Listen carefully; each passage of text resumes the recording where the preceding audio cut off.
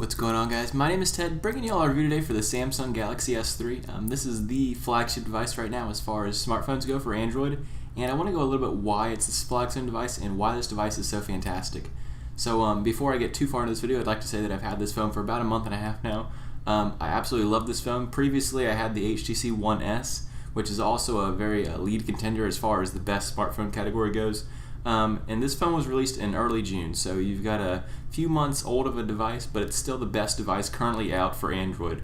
So let's get into why. Let's start off with the 2 GB of RAM. This is one of the things that sets it apart from a lot of the other devices, is that it has 2 GB of RAM, which means that you can do a lot of multitasking. If we go ahead and hold down the menu button there, I'm trying to do this without looking.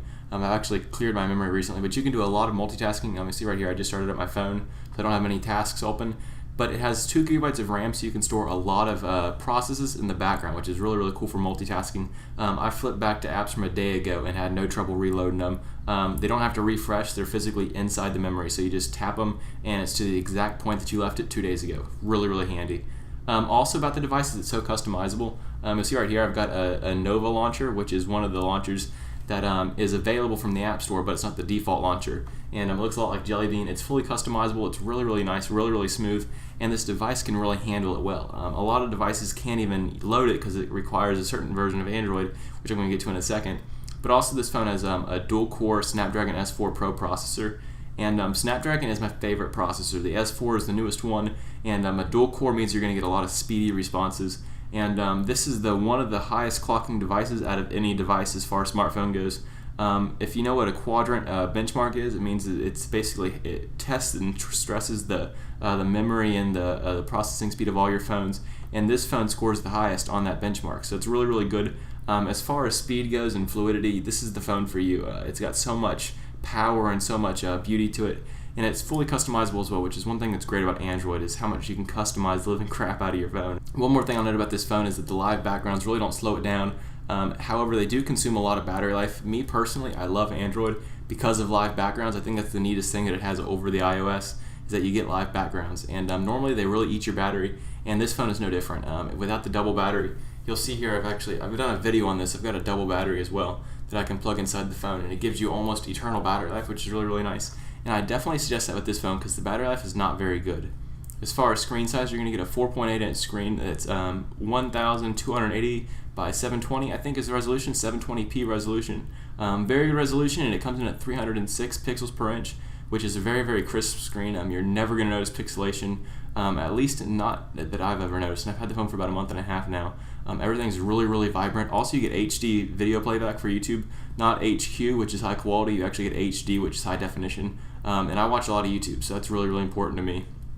As far as what the phone can offer you, you're coming with Android 4.0.4, which is the second newest Android operating system. I think sometime in October we're going to get a Jelly Bean over-the-air update, which will bring us up to the newest operating system. But they keep saying that, and it never happens. I'm really not sure what's going to happen with that. Normally they will give you an exact time frame. With this phone, they keep saying next month, next month, next month. I don't know if it'll ever happen.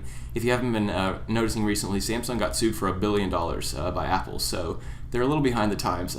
They're down a little bit, so I think that's why the updates are being pushed back and back, because they're so worried about this lawsuit, and they lost $1 billion, which really, really sucks for them.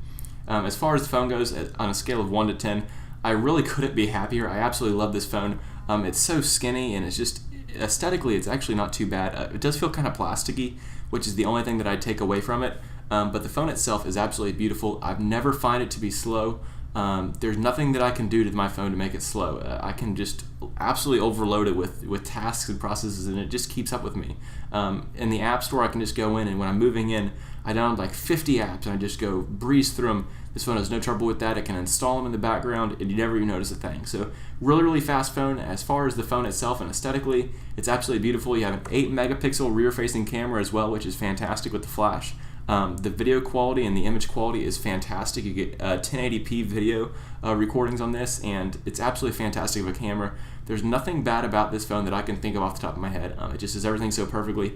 The only negative thing is that it doesn't come with the newest version of Android, and that's going to be solved with an over-the-air update next month sometime, hopefully. Other than that, guys, I'm really not sure what else to say about this phone. If you have any questions about it, leave them down below. I really want to answer your guys' questions. I will reply to every single question that's a feasible question. about this phone because I've had it for a long time. And if you're interested in buying it, you're just not sure if it's the right choice, maybe this versus the iPhone, I've got a video down below. I've got a few videos about this phone that you might want to check out as well. The extended battery, checking it against the iPhone 5 and how it's going to stack up. Just a couple videos down below. You should definitely check them out if you're interested in this device. Overall, 9 out of 10. I really don't have any quarrels with this device. I just don't like giving anything a 10 out of 10. Other than that, guys, hope you enjoyed the video. I hope you learned something about this device. Again, if you have any questions, leave them down below, and I'll definitely get to them. So that's it, guys. Hope you enjoyed the video, and I'll catch you all later. Bye.